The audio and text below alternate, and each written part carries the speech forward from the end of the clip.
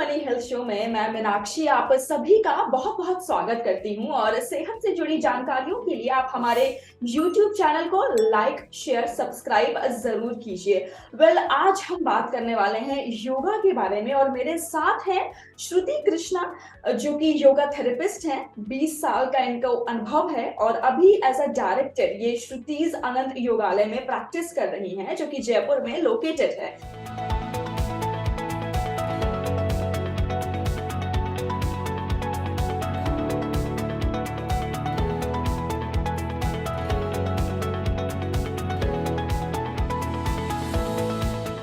So, hello ma'am, welcome to our show. Thank you so much. Ma'am सबसे पहले तो मैं कहूंगी yoga is practised as a form of healing, यानी कि योगा की इम्पोर्टेंस हम सबकी जिंदगी में बहुत ज्यादा है। आप मुझे ये बताइए कि एक बेसिक लेवल में कोई अगर योगा की शुरुआत कर रहा है तो उसके लिए योगा को आप डिफाइन कैसे करेंगी? जैसे कि योगा के नाम से ही पता चलता है, योग मतलब जोड़ना। तो जहां हम जुड़ने की बात करते हैं तो हमें सबसे पहले योगा अभ्यास में हमें अपनी श्वासों से जुड़ना है, हमें अपने शरीर से जुड़ना है, हमें हमारे मन और विचारों से जुड़ के हमें उस लेवल पे पहले उस चीज को समझना है कि व्हाट इज योग। योगा का मतलब सिर्फ मेडिटेशन करना या किसी बहुत टफ पोस्चर को परफॉर्म करना ही योग नहीं होता है।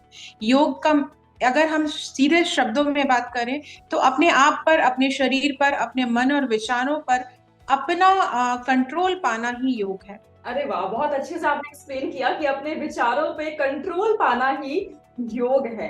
तो मैम योगा हमारी बॉडी में क्या करता है? कई जगह मैंने पढ़ा था कि हमारी बॉडी के लिए बहुत अच्छा होता है, स्ट्रेस को कम करता है, अगर मे बी हमारी क्वालिटी ऑफ स्लीप अगर अच्छी नहीं है तो उसको भी अच्छा करने में बहुत हेल्पफुल होता है। आप क्या कहेंगी, व्हाट एग्जैक्टली हमारी बॉडी में क्या करता है योगा?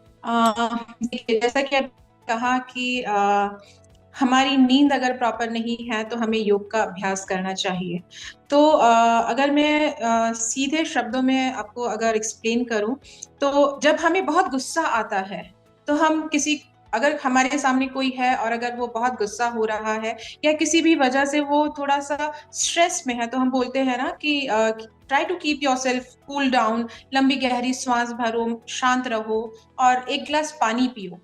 तो लंबी गहरी सांस लेने से उसका मन शांत होता है, उसके विचार स्थिर रहते हैं, सेटल्ड होते हैं। तो जब लंबी गहरी सांस लेने से हम विद इन अ सेकेंड अपने आप को कंट्रोल कर सकते हैं, बैलेंस कर सकते हैं।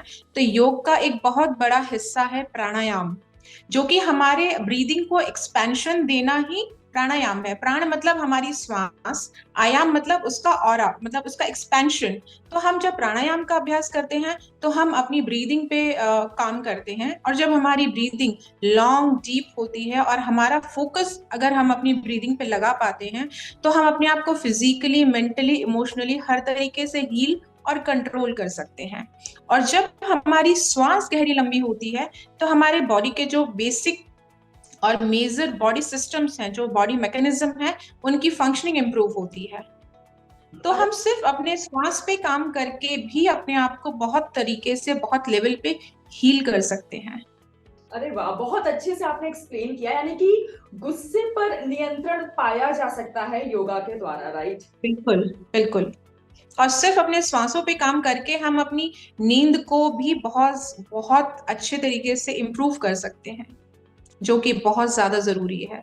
यस, वो बहुत इंपॉर्टेंट हो जाता है। इनफैक्ट आजकल की लाइफ में जब इतनी हेक्टिक लाइफ शेड्यूल होता है, I think it is very important कि हम सबको वो डीप साउंड स्लीप कहीं ना कहीं आए और उसके लिए भी योगा बहुत हेल्पफुल है। अच्छा मैम, क्या ऐसा बहुत जरूरी है स्पेसिफिक कि उस टाइम इंसान को शुरू करना चाहिए योगा? जैसे सपोज किसी ने कभी योगा नहीं किया है, सपोज अगर मैं अपनी बात करूं, मैं लाइफ में, is there a particular age कि मुझे इस टाइम से योगा करना चाहिए या फिर ऐसा नहीं है? नहीं, ऐसा कुछ भी नहीं है। 2 साल 3 साल के बच्चे से लेके 70 80 90 ईयर्स तक के किसी भी एज में आप योगा अभ्यास शुरू कर सकते हैं। ना हमारे पास कोई टाइम की लिमिटेशंस है कि हमें पर्टिकुलरली इसी टाइम पर योगा करना चाहिए। ऑल्दो वी ऑल नो कि कोई भी वर्कआउट हो या योगा अभ्यास हो, मॉर्निंग आवर्स में बहुत अच्छे रहते हैं। उसका रीजन है क्योंकि मॉर्निंग आवर्स में हमें फ्रेश एयर मिलती है, और अगर हम सुबह अभ्यास करते हैं तो हमारा पूरा दिन बहुत स्मूथ और एनर्जाइज निकलता है। बट अगर बिकॉज ऑफ एनी रीजन अगर आप नहीं कर पा रहे हैं मॉर्निंग आवर्स में, तो ये रीजन हमें हटा देना चाहिए कि नहीं, मुझे मॉर्निंग में टाइम नहीं मिलता इसलिए मैं प्रैक्टिस नहीं कर पा रही हूँ। हम योग ऐसा अभ्यास है जिसे कि हम किसी भी टाइम कर सकते हैं। बस हमें थोड़ा सा कुछ पॉइंट्स होते हैं जिनका ध्यान रखना चाहिए, जैसे कि हमारी मील्स, कि अगर आप मॉर्निंग नहीं कर रहे हैं और किसी टाइम पर अपने दिन में या इवनिंग आवर्स में या लेट नाइट आप अगर टाइम निकाल पा रहे हैं 30 मिनट्स का भी, तो आपके मील्स में एटलीस्ट 2.5 आवर का गैप होना चाहिए, दैट्स इट। अदरवाइज आप कभी भी और किसी भी एज में आप योगाभ्यास कर सकते हैं। ओके। और मैम क्या ऐसा, जैसे आपने बोला कि अगर मैं सुबह योगा करूं तो वो ज्यादा अच्छा रहता है, तो क्या मुझे डेली योगा करना चाहिए या ऑल्टरनेट डेज हैं या वीकेंड्स हैं, मतलब उसके लिए आप क्या कहना चाहेंगे? What routine should we follow? अगर हम योगा अभ्यास डेली करते हैं तो उसके कोई साइड इफेक्ट्स नहीं है। बट अगर हम शेड्यूल में अपने एक दिन वॉकिंग कर रहे हैं, एक दिन हम योगा अभ्यास कर रहे हैं, जैसे कि आपने कहा कि आपने कभी योग नहीं किया है, डेफिनेटली आपने और किसी फॉर्म में वर्कआउट किया होगा, आप अगर उसके साथ में एसोसिएट करते हैं twice in a week yoga अभ्यास को, तो आप अपने बाकी के वर्कआउट में भी उसके बेटर रिजल्ट्स पा सकते हैं। अच्छा, क्या ऐसा भी है कि योगा के दौरान हमें कुछ स्पेसिफिक खाना खाना चाहिए? जैसे होता है अगर मैं जिम करती हूँ सपोज, तो उस टाइम मुझे ये प्रोटीन खाना है या कुछ और खाना है, तो क्या कुछ ऐसे स्पेसिफिकेशंस योगा के साथ भी रहते हैं या फिर नहीं? ऐसा नहीं है, बट हाँ कुछ चीजें हैं जहां हम प्रिफर करते हैं, लाइक योग में एक बहुत इम्पॉर्टेंट वर्ड है उषापान। उषापान हम सभी मोस्टली करते हैं।